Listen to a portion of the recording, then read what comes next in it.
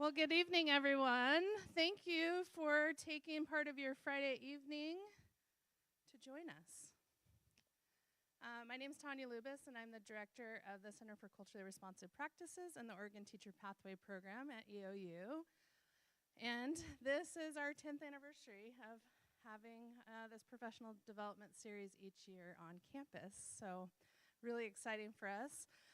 It's brought to us in part through grant funding, and this year it's the Educator Advancement Council providing funding, and we're really grateful to have that to put on this programming. This is the third presentation of this weekend series, which will end tomorrow with a Teacher K-12 workshop. Also, shout out to the people on live stream. Thank you for joining us as well. Those in the room, just so you're aware, we do have folks joining us on live stream, so a little bit toward the end when we do Q&A, while many people have loud voices, such as myself, we do need you to speak into the mic so that folks who are a part of the stream can feel a part of the conversation as well. With that, tonight we have Renee Watson joining us. She's a #1 New York Times bestselling author. Her books have sold over 1 million copies. Her young adult novel, Piecing Me Together, received the Coretta Scott King Award and a Newbery Honor. Her children's picture books and novels for teens have received several awards and international recognition. They're also translated in several other languages. Many of her books are inspired by her experiences growing up as a black girl in the Pacific Northwest. Her poetry and fiction center around the experiences of black girls and explore the themes of home, identity, body image, and the intersections of race, class, and gender. So tonight, which I'm referring to as an evening with Renee Watson, she'll begin with a reading, then we're going to have a moderated Q&A, and at the very end, we'll open it up for some questions. So thank you all for being here, and with that, we'll have Renee join us.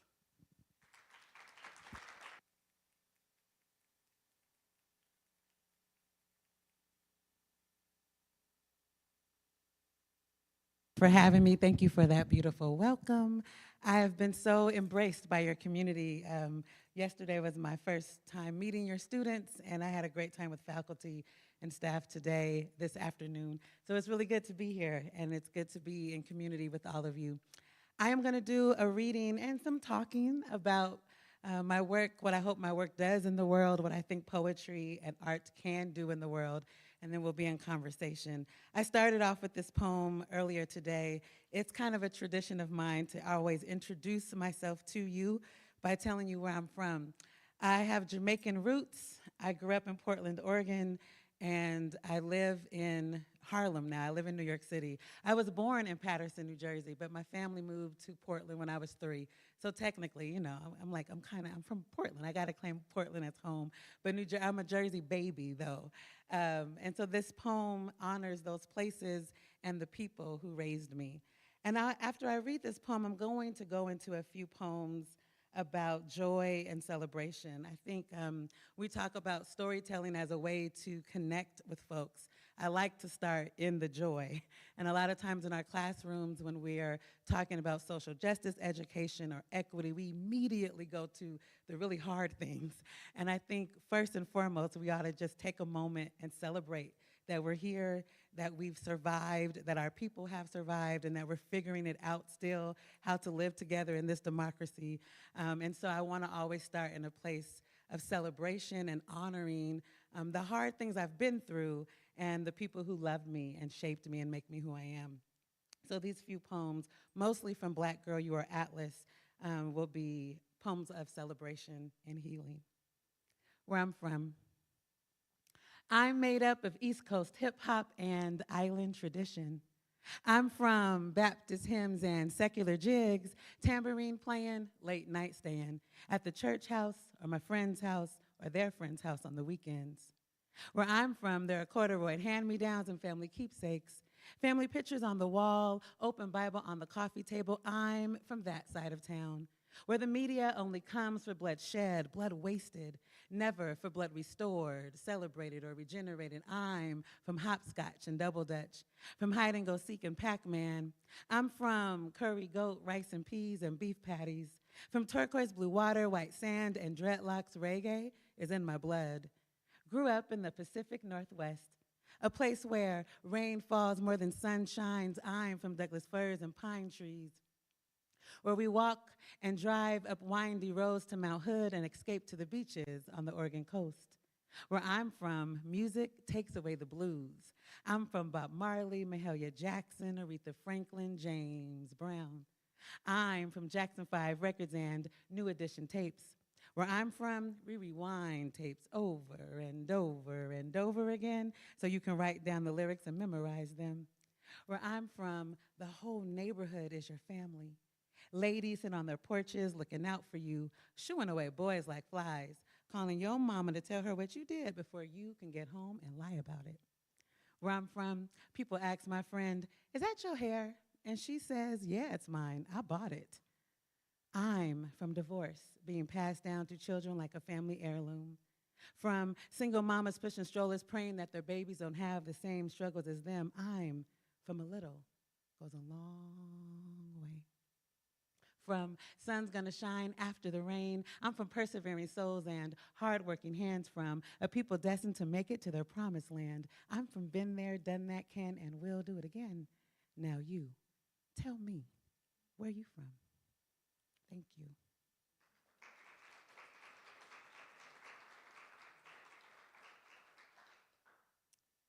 This is a poem about my name. So my name is Renee, no middle name, Watson. And when I was a child, I did not like my name. I thought it was so generic and plain. All of my siblings have some kind of special story with their names. Most of them have a middle name. I am the youngest of 5. And so I was like, did y'all just get bored with me at the end and just you couldn't think of something? Like, what happened? And a lot of people spell my name wrong. They either don't add the accent or they put it on the wrong E. And so when I was a child, I hated my name. And it is often someone's middle name. So when I introduce myself, like, oh, that's my middle name. Or I have a friend named Renee. So I just felt like my name was so generic and plain. But then I learned that the meaning of my name is rebirth, to bring new life, to resurrect, to bring back from the dead. I was like, I have a powerful name. I love my name. And so I think about every time you say my name, that you are calling up newness and freshness and spring and revival and renewal. And I think that's a powerful thing. I also believe that my name holds all of who I am. So you see me here, but also my mama is with me and all the people who loved and nurtured me. I'm carrying their lessons, their wisdom with me. I'm carrying some bruises and little bumps along the way. That all comes into the space. And you are all carrying your stories and all the recipes passed down generation after generation, and that soundtrack of the songs you love that get you motivated and keep you going. But I don't know that about you when I just look at you, right? And so I think about who I am really versus what I look like. And this is a poem about who I am and what I carry with me. If any of you are familiar with Some Places More Than Others, this is a poem I think that identifies with Amara, who's talking about all the things she brings with her because of her ancestors and her grandma, her dad, and her mom. This is called Resurrection. She named me Renee. Renee, the name that means rebirth, to bring new life. Maybe she named me this because I came last, the 5th child born just before the death of her marriage. Maybe I was prophecy that she'd live again without him. Of all the hand-me-downs bestowed on me, my name is not one of them. Roy has my father's name, and Cheryl was named by our grandmother. Teresa shares her middle name, Elizabeth, with our mom, and Diane was named after Diane Cannon because our father liked the spelling, D-Y-A-N. But there is no family history, no special tale tied to my name. It is all mine. An abracadabra name, Renee, the name of new beginnings, the name for demolishing and building back up. My name is the R&B slow jam about the love who left and came back. Is the Sunday morning hallelujah. Is the protest chant. Is the second line. My name carries the strength of Grandma Roberta, who died before I got to say goodbye, before I understood that grandmothers, like flowers, always die too soon. To write my name is to spell the sorrows of our ancestors, how they were sold and traded, hanged and drowned, how their tears and sweat and blood seeded generations. To say my name is to pronounce resilience, is to have a bounce back accent on the tip of your tongue. To say my name is to hold a prayer, a second chance, is to count me out, watch me rise.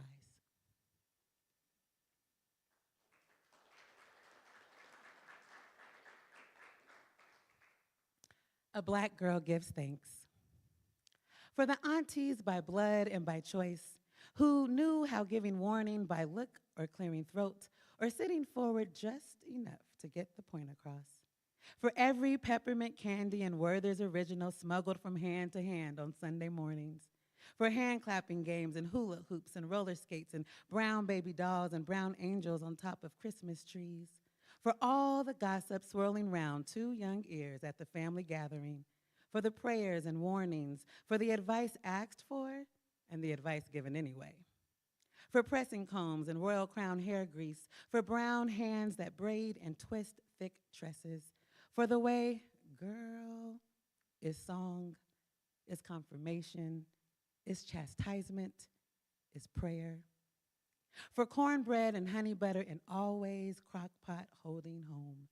For freedom fighters and protest poets, for every tale passed down that tells the story that we survived, how we survived.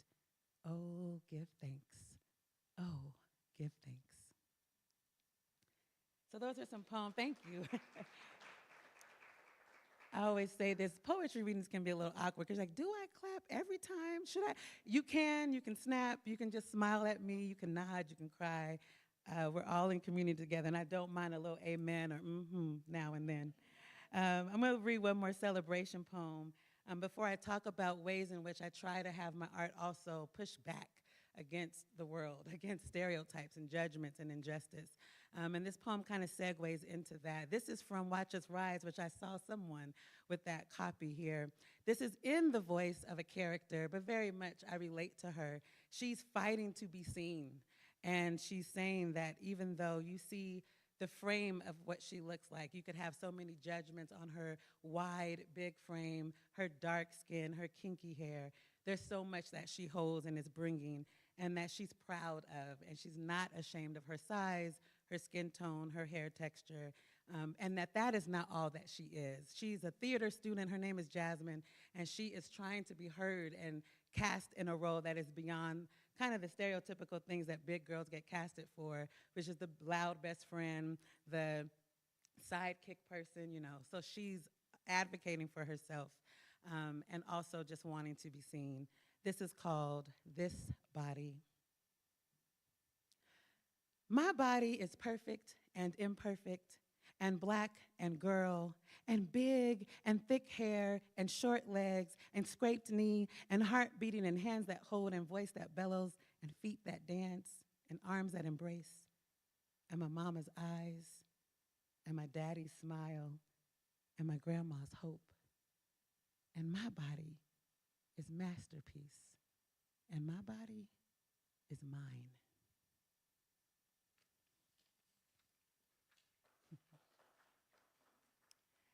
So I believe we come into this world whole. Um, we don't know if someone thinks we're beautiful or smart or not. We just come ready to give and receive.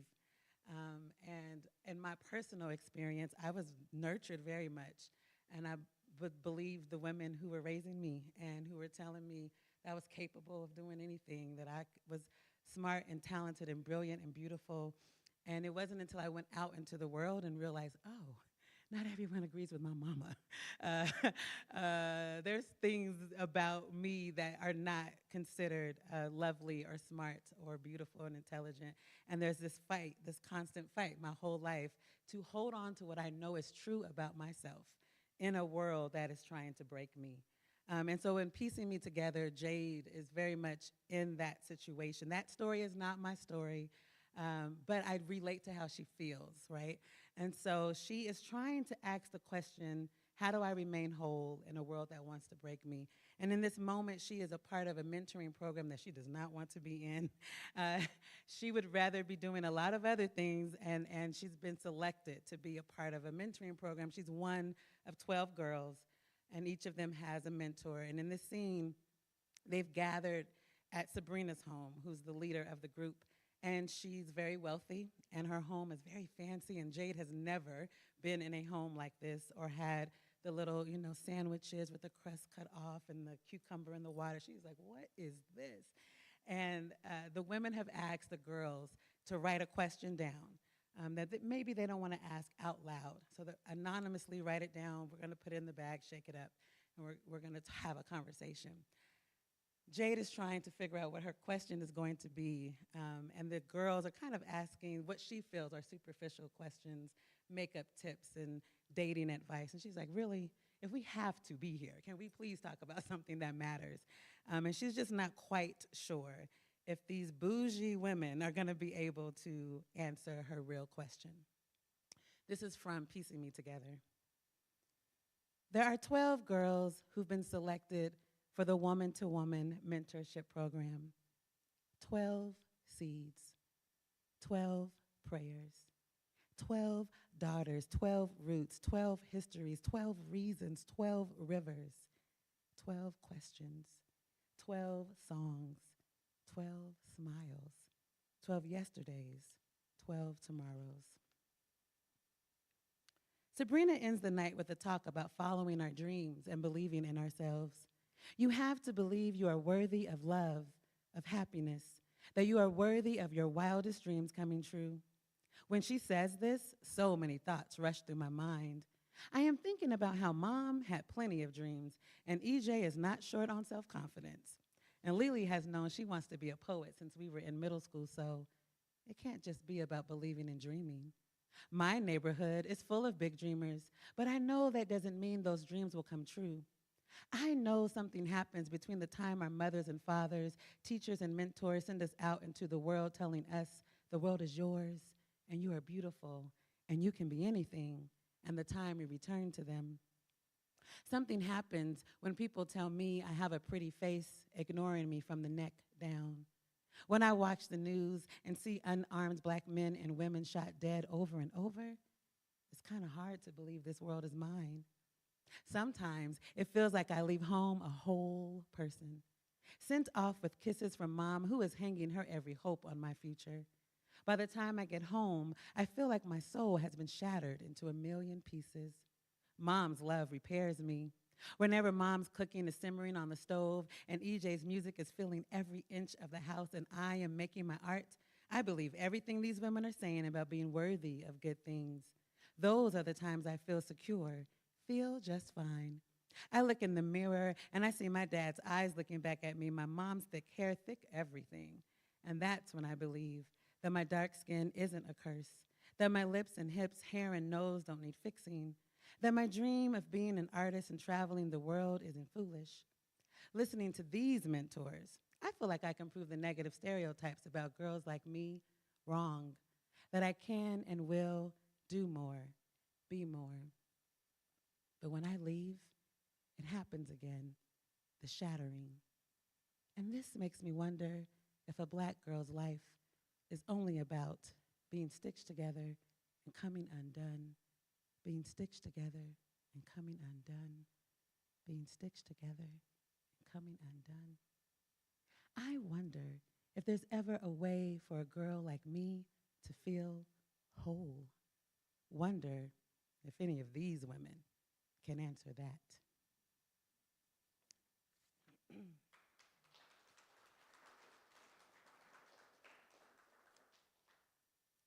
So in my writing, often that is the question: how do I create stories where the character is finding their safe spaces and creating them and forging their way and saying to this world, you will not break me, you will not shatter me. I can always piece myself together through art making, through the love of family and friends and mentors, and I think it's important that in literature, in any kind of art, that we see a way that we can be. I write realistic fiction. I have to keep it real. I write about social issues and what's happening in the world. But I don't just want to write what is. I want to also write what can be. And so I am always interrogating and questioning what could happen. What if I have these women heal and bond together and have hard conversations? What if I put on the page what it's like to identify with someone so perfectly when it comes to the way you were raised and the class that you both share, but racially there's a lot of differences. What is it going to look like if I show educators how we need to show up for our young people, and I have some complicated adults on the page, and hopefully we can see that and then have conversations about how we can be our best selves. So I'm constantly thinking about not just reflecting what is, but what can be and what the hope is. And that is I think, the motivation of art and the joy that I get out of making it is that I can use my imagination to dream beyond what has just happened to me and what I've only witnessed, but I can dream up another kind of world. I'm going to close with a few more. I'm going to read for just a few more minutes, and then we're going to be in conversation. I want to talk about this idea of poetry as protest and how we can use poetry with our young people to help them process what's happening in the world, to give them the power, the space to talk about it, and how poetry can offer structure for that. So this is not a first day, I've never met you students, but we're going to go there type of lesson, right? We know our students, and we've bonded and we've talked about issues, and they are used to sharing in class, and the expectation is that we talk about what's happening in the world after that trust has been built. I think conversations about what is happening and how poets in the past have used their words to honor activists, to honor the dead, to push for rights for everyone, for the living, I think is important. That young people don't have a lot of power, right? They cannot vote. They're not making rules at home, at school. There's a lot of folks telling them what to do.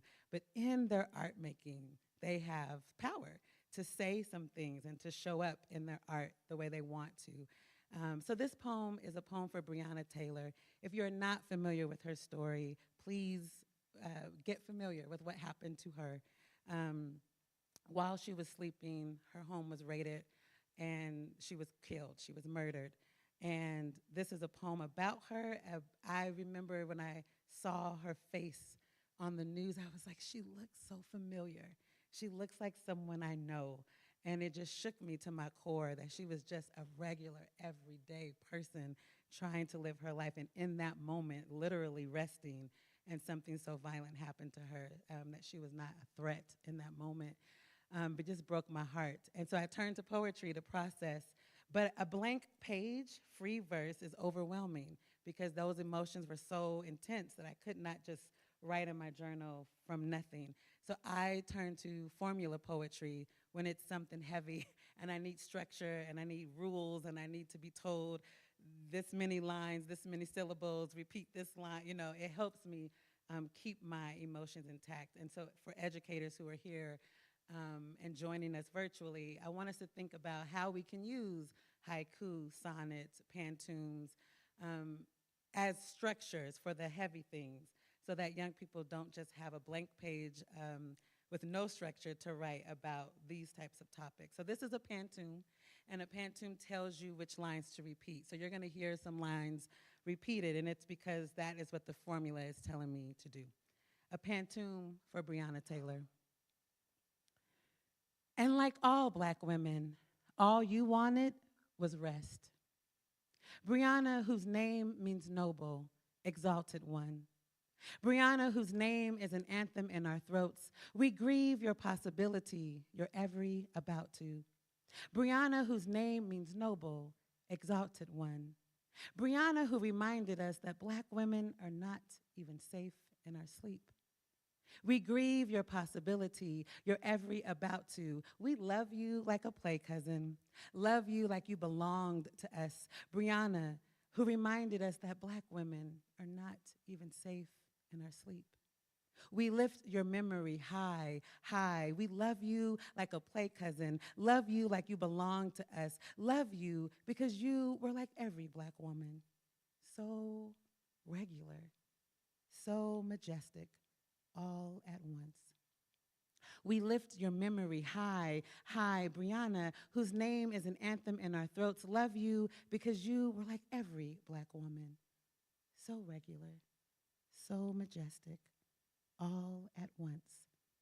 And like all Black women, all you wanted was rest. Thank you. So I talk a lot in my books for young people, in my poetry about rising up and being our best selves and raise your voices, conquer the world. You can do it. You are brilliant. You are beautiful. You are powerful. Don't let anybody silence you, shame you, push you to the side. And also, I want to say, be your regular human self. We don't have to show up and be super women and always know the right thing and be perfect. And there's such an expectation, especially on young girls, to be perfect, to look perfect, to say the right thing, to act like a lady, but don't be too girly. And don't, all of the things that we're taught.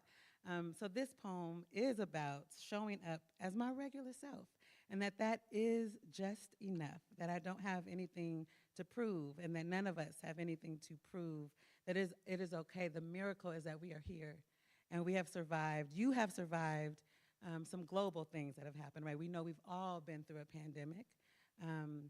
We've survived things in this country, in our nation. The state has survived some hardships. We have a very dark history, Oregon. And also your family, your friend group, right? We all have these stories that have made us who we are, and we have some scars to show emotionally. And I think that it's worth pausing and saying, even though there's a lot that still needs to happen, and maybe a lot of change that still needs to come, we have come a long way. And we're going to continue to fight to be our best selves and to make our country be the country that it needs to be, to live up to its promise. But in this moment, it's okay to also just kind of pause and say, today, I'm just regular, and that's okay too. And that in and of itself is its own miracle. Maya Angelou is one of my favorite poets, and she has a quote that I say often, my greatest hope is that I laugh as much as I cry. My greatest hope is that I laugh as much as I cry. So the guarantee is that there will be tears. She does not wish and hope for no tears. She said, oh, I know it's going to be some sad days, some hard days. I just also hope I get to laugh in this world too. And so I think part of resistance and social justice work is joy. I think joy is resistance, and that laughter brings healing. And that the fact that we're here, we are our own miracles. So these next two poems I'm going to read, one is called Phenomenon. It's in the book Black Girl, You Are Atlas. And I'm going to close with Black Girl Rising, and that is from Piecing Me Together. In that poem, you'll hear reference to news headlines that were going on when I was writing Piecing Me Together. So all of those moments about a girl being dragged out of her desk and assaulted really by school security, the girls at poolside who were just having a pool party who got assaulted by police officers. All of that was happening. And I was like, I cannot write about Black girlhood and not write about what's happening in our nation. So that is referenced in the poem. And if you don't identify with Black girls, like you are not one, I want you to think about what you do identify with, that fact that I just said, that you've been through something hard in your life, and you're still here, and you're rising, and that you are your own miracle. Phenomenon. I have no Black girl magic to give today. Today, I am regular, not insufficient, not more than enough, just me, just right. I am hair bonnet, chipped nail polish, and unpolished toes. I am morning breath and crested eyes and no makeup at all, and all I have is a lullaby my mama sang to me about a mockingbird and a diamond ring that in real life she could never afford. And all I have is this history tied around my neck, haunting and hyping me. All I have is the resilience I inherited.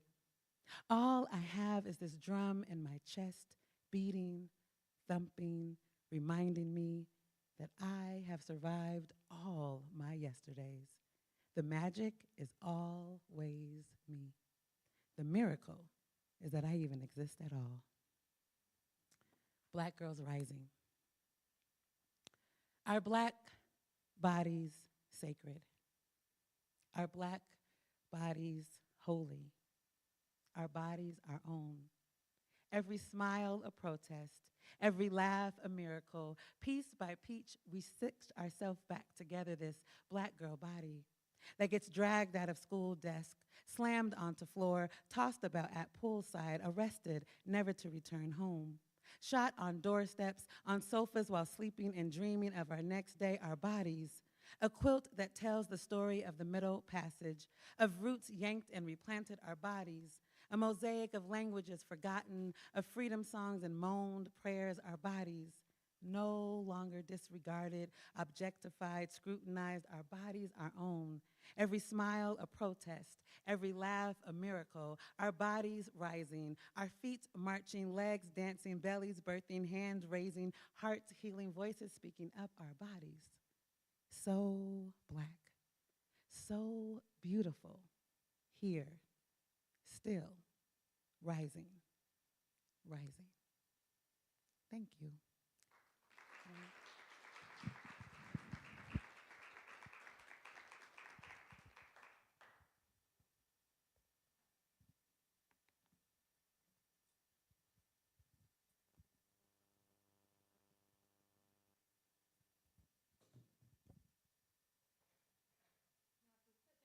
Would you like me to move the podium? Are you able to see? Let's do a quick transition.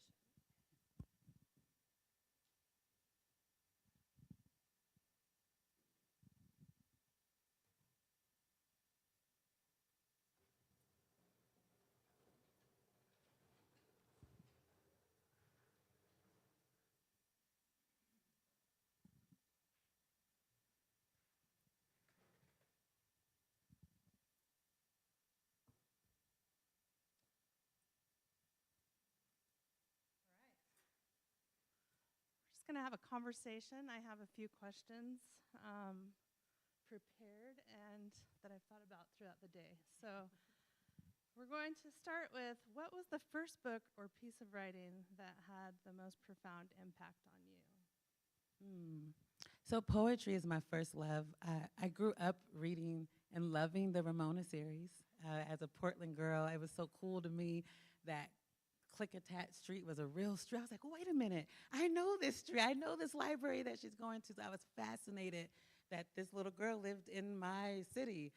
So those books were special to me. But the first time I saw myself, like read something and was like, oh, these people sound like my family and the folks at my church, and I really relate to what it's talking about, was the poetry of Maya Angelou, Lucille Clifton, Nikki Giovanni, and Langston Hughes. So I grew up reading poems and reciting poems, especially poetry by Black poets, because that's where I felt most seen and validated. Thank you. You just spoke about this a little bit, but I'm curious if you can expand a little bit further. But how does your writing navigate truth, and what's the relationship between truth and the fiction that you're writing? So I think for me, writing is my way of bearing witness to what is happening.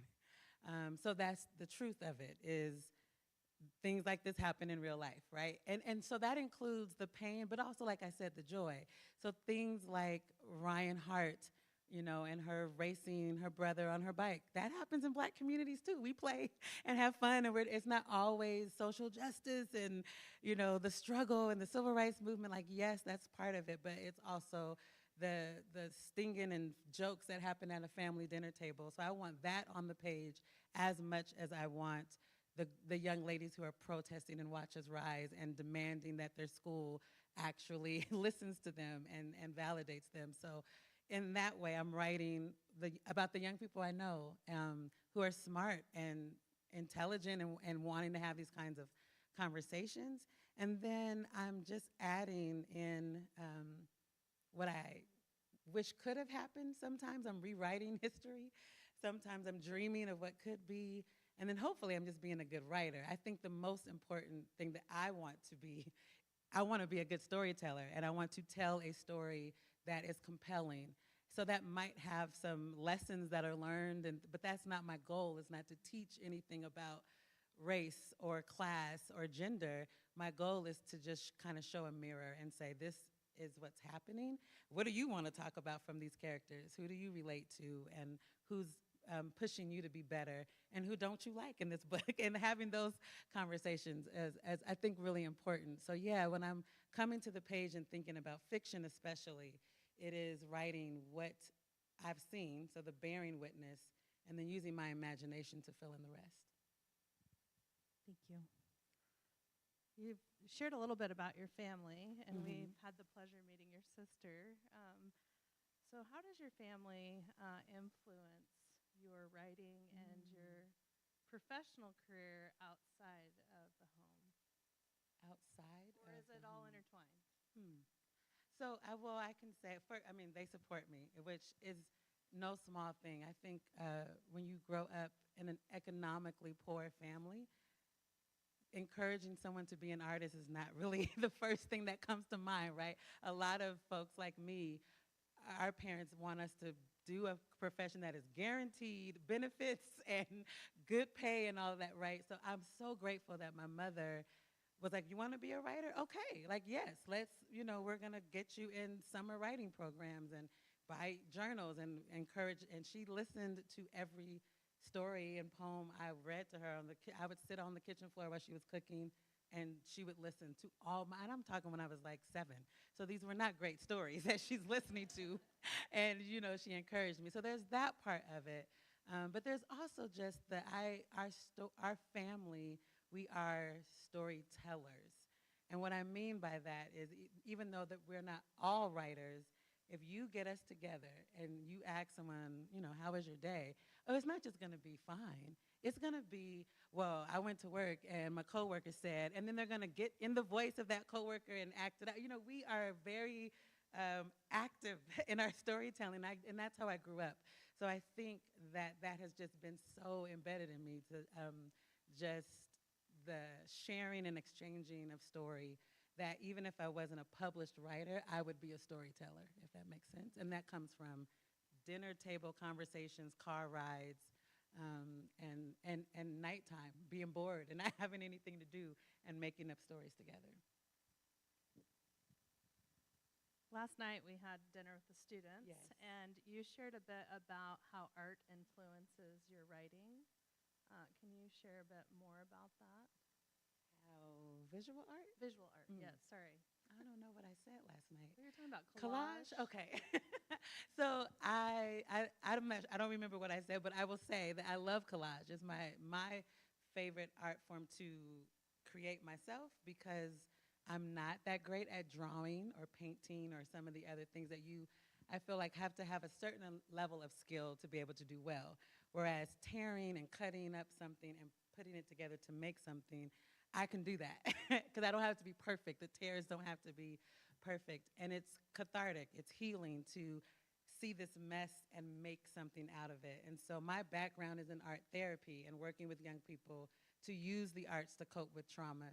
And so when you think about someone who's gone through something hard, it's actually maybe harder for them to have watercolor. That's a little more messy, and you have to, be able to control it. So if I feel like my life is out of control and I want to do something therapeutic, watercolor might not be the best for that.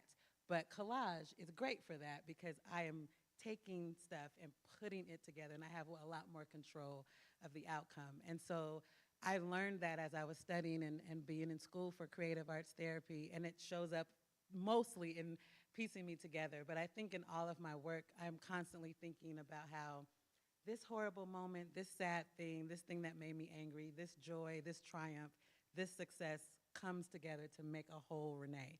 And then I think all of us live that way if we let ourselves not compartmentalize things, but bring our whole selves to situations. I learned that through art. Thank you. I have two more questions, and then we'll open it up for other folks to ask. You spoke about this also last night. Our students asked some wonderful questions. I should have written them down. But mentoring plays a huge role in your books. Do you have a mentor, do you have a mentor? That's the first part. And how do you mentor other folks? So I don't have an official, like there's no one in my life that I call my mentor or that would say, I'm Renee's mentor. But absolutely, I have several, and some of them don't know that they are. Some of them are no longer living, and I'd never met them, but their work is my mentor work. It's the model work. Lucille Clifton, Gwendolyn Brooks. I'm constantly looking at the map that they left me to find my way, right? So there's those kind of mentors that I'm always saying to young people, if, and it's a big if, because I do believe we can find at least one person, but if you can't find a person in your life that can be your person, look to your ancestors, look to the poets, look to the singers, the artists, the activists, the people who came before you and who left on record, not just their art, but their story. So like the biography of Toni Morrison or her interviews, where so now her work is outstanding, of course, but when you watch Toni Morrison in an interview, you learn grace and you learn steadfastness. So she's a mentor, right? And then I have a high school teacher who I know personally and who, mentored me all through high school, had me go, when I was a senior in high school, she had me go to the freshman class, and I would teach a poetry workshop with them. And she was, I didn't know at the time, like training me to become an educator and to become a poet who isn't just entertaining, but who's thinking about how poetry can change the world and bring healing. And so I have her still in my life. Every book that I've ever published, Linda Christensen has read first. She is the person I send the manuscript to, and we have long conversations about it. So she's definitely a mentor. So yeah, I have several other women I could name, but a lot of them I've met along the way, and I glean something from them and sit up under them and just listen. I like to observe and listen to the elders who have been through it, and then hopefully apply those lessons to my life. Thank you. And I asked that question because last night she shared some powerful advice to our teacher pathway students, and many of them are reflecting on that today and sharing that. And you talked about giving yourself grace and finding those people that you can count on to be there for you. So I think it's important to share that. But also in your books, it provides a bit of mentorship to those who are seeing themselves in your story in one way or another. I hope so. I think that books, so reading is it's a form of listening, right? You're taking in someone's story. We don't want to just read to relate to someone. We want to read to bear witness and to just acknowledge that there are some stories that I don't relate to, but I'm going to read this and engage with these characters because I care about the world I live in, and this is about the world that I live in. And in doing that, you can find mentorship. You can find a character who is teaching you something or pushing you to think differently. You can maybe find someone you relate to and you're like, uh-oh, I do that thing and that's not great and I probably need to get better. And that's what should happen. I think art should encourage us, heal us, challenge us, restore us. It can do all of those things if we let it. And so I hope that my work is doing that in the world. And I hope that my presence is doing that. I think sometimes we want it to be formal, like, I am your mentor, you are my mentee. But sometimes it doesn't have to be formal. It can just be enjoy the moment you're in and gain what you can from a person. And maybe you'll never talk to them again, and that's okay too. But that moment can forever stay with you and change the way you show up in the world. And I think those are just as important as the more like day-to-day interactions with someone who you're kind of being taught by. I want to have both in my life, if that makes sense. All right, the last question actually ties into mentoring as well. If you could give advice to your younger self, what would that be?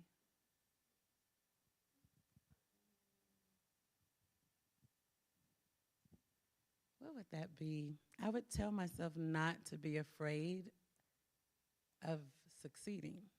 I think a lot of times we talk about fear of failure, but I think It's also important to not be afraid. Like, what if you do the thing that you want to do? What if you actually accomplish that dream? So I would just advise little Renee to dream even bigger than her little mind can conceive. Because some of those dreams were just too small. Like, you were put on this earth to do big things. And I don't mean big, famous things or big things that other people can see, but I just mean it's okay to want to do everything you were put on this earth to do, right? Some of us are, all of us have more than one talent, more than one thing that we're good at. We have more than one desire. And sometimes life will teach you to stay in your lane, just do this thing. And you're like, but I also like to do this, and I also like to do that. And there's a way, I think, to show up and be able to do many things and do them well. So I would tell my little self to dream big and to not be afraid of all that I can do, and to not limit myself. At this time, we're going to open it up for questions with one caveat. If you have a story to share or an anecdote, we'll hold those.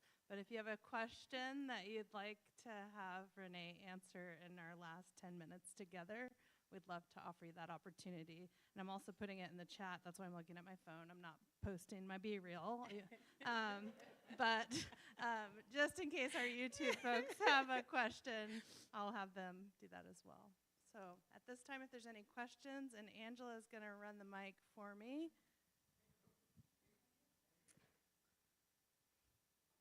And again, if you're on YouTube, feel free to ask it. I know there's a little bit of a delay, but when you do hear this, I'm watching to see if there are any questions.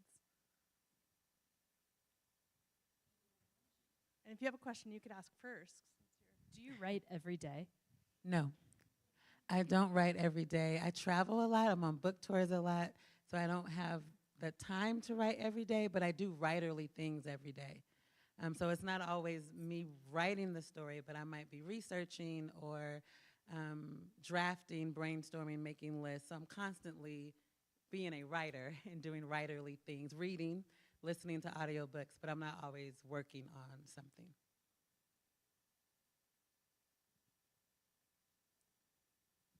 I'm curious where you got your idea to weave in so many cool nuggets into your literature. You read and I guess it's a little like a collage, oh, I'm reading a story and now I'm reading a poem, and my favorite are when you have playlists or just lists. How did you come up with that way to tell your stories? I think it was probably piecing me together that turned a corner for me as a storyteller, because I wanted that book to feel like a collage and to feel like all these pieces of Jade, the character's life, coming together. It lent itself to doing, lists and shorter chapters, vignettes. I think that we think in smaller things. If you think about how your memories play out when you're thinking about your childhood or even what you did today, it's not these long sentences or scenes. It's just the snapshots of what's happened. And so I try to write in the way of how we talk and think and feel, which feels a little more, I don't know, it moves quicker. And I think the poet in me just values the economy of words. And so I don't think we need a lot of words to tell big stories.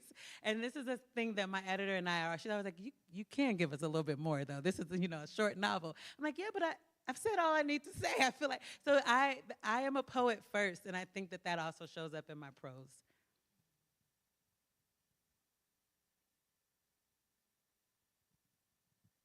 So last night at our OTP dinner, you mentioned how you begin your character development with interviewing your character and making playlists. What does your process for embodying your character look like when you are writing the playlist for them or when you're interviewing them? I don't know that I embody them. I think I try to let them live on the page and really be separate and not let them be so much in me that I'm carrying that in my day-to-day life. I want to be Renee and let the characters stay in their fiction world, even though sometimes those lines can seem blurred because I'm writing about real things. But if I'm trying to stay in the character's mind, I just keep pushing myself to do what the character would do and not what my self as an aunt would want my niece to do, or what the teacher in me would want a student to do, right? I'm trying to let the story be what the story wants to be and get out of the way so that I'm not preaching to young people or always having the happy ending. Sometimes things don't end happy, and sometimes we make mistakes, and we just flat out do the wrong thing intentionally. And it's not a mistake. We meant to hurt someone's feelings. And what do you do with a character like that, right? I want that person to also have space on the page too. So I try to stay true to what my characters are telling me they want to say and who they want to be. It is hard. The person in me that mentors young people and works with them is like, you cannot make this character do. So I try to have a counter character who's doing the right thing so that we see a range of ways to be in the world. But I try not to embody any of them. As a writer, storyteller all my life, I want to say I really appreciate your approach to sharing your views with everybody. I think everybody would appreciates that more than being talked to or talked at. But here comes the hard part.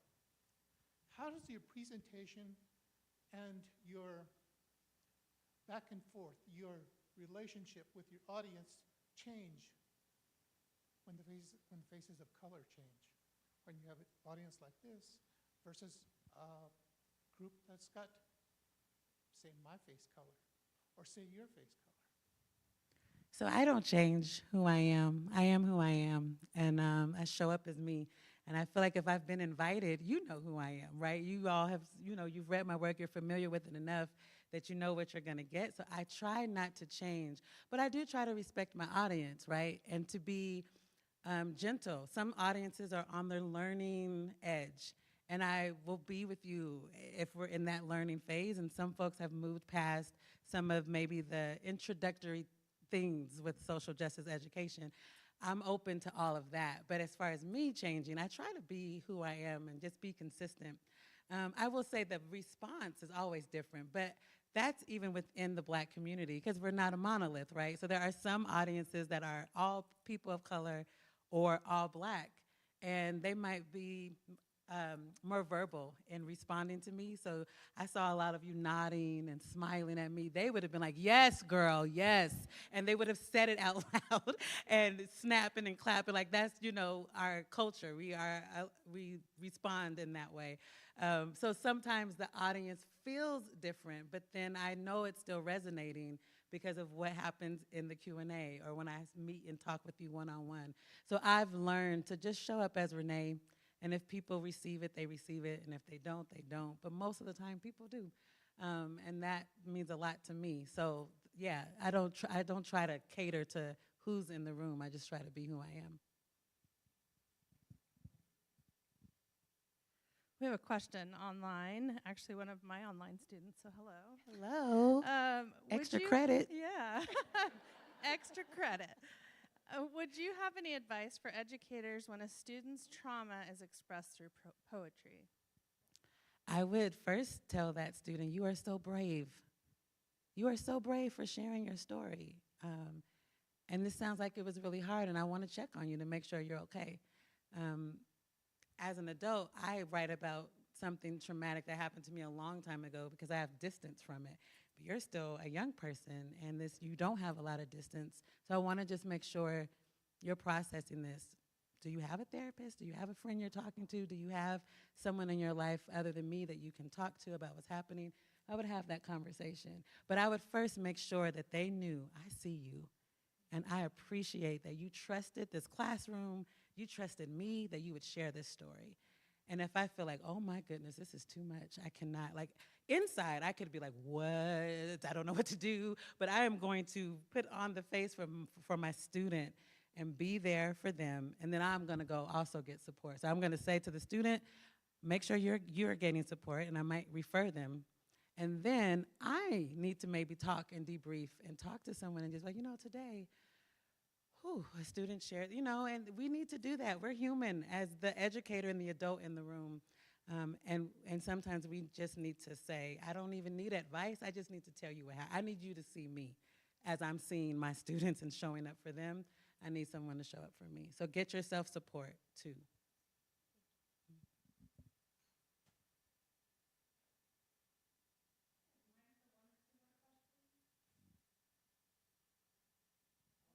I thought maybe.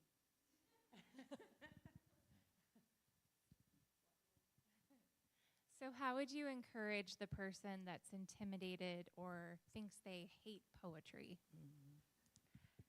They might really hate it. Maybe they don't think they do. That's okay. um, and I think I would say that. I would say, I do a lot of things I don't like to do.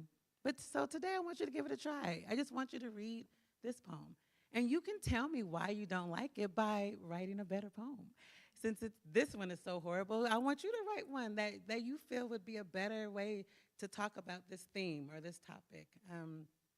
It's okay for young people to express what's hard for them or what they don't like to do. And I'm not necessarily, I would hope that they would love poetry at the end of it, right? But maybe they don't. But what's more important is that they tried and that they pushed themselves to do something new or that they think they don't like, and all that. Because what we're not just teaching poetry, right? We're teaching life skills. And you cannot show up in the world or go to work and be like, I don't like that. I'm not doing that to your boss. So let's practice. This classroom is practice and rehearsal for the real world. So we're going to push ourselves to do hard things. It's possible to do hard things. So let's try. Let's do some taste testing and see which poem you like out of these three or something like that. For reluctant writers, cutting up a poem or a popular song and having them rearrange somebody else's words. So they don't even have to write their own words. They're just rearranging words that are already there or phrases. Sometimes that unlocks something and I'm like, oh, I created something, I made something. And then you can ask them, okay, now you added your own words to these words. Now you have one stanza, now you have two, So I would just try to encourage them to experiment. I'm sorry, this is a long answer, but I also feel for educators, sometimes we don't allow enough play and experimenting in the classroom, and that could be why they don't like poetry. If it's not culturally relevant and there's a lot of rules, it's less fun. So I think we have to ask ourselves, what am I doing or what could I be doing differently that would get the student excited about this thing? And that might be just let's play with words and language and not worry about a final product right now. Let's just see what our imaginations can do with words. We have one final question online. Another one of my students. Hey, Grace. Hey, Grace. I love your name. What is your favorite activity to do with students that just are starting out in poetry? Oh, we did it this morning. My favorite activity is to have students write where I'm from poems. Brainstorming, using your five senses, all the places and people who make you who you are, sight, hearing, touch, all, brainstorm, and then just using that repetitious phrase, I'm from, and then take things from your chart and plug it in, is any grade. I've done it with second graders. I've done it all the way up to college students, and that it just is it's a great lesson. It's not my lesson. I didn't make this up, so I can say that it's great. That's a go-to lesson for me, yeah. And it was a great lesson that we did earlier, yeah. Well, thank you so much to everyone for coming and for Renee for answering questions and sharing your beautiful art with us. If you decide, my friend should hear this talk tonight, it is recorded and on our Mountie Network website that you're welcome to share out with your friends and family and whoever might want to see it. And we'll just conclude the evening. Help yourselves to some refreshments and conversation, and have a great night. Thank you. Thank you.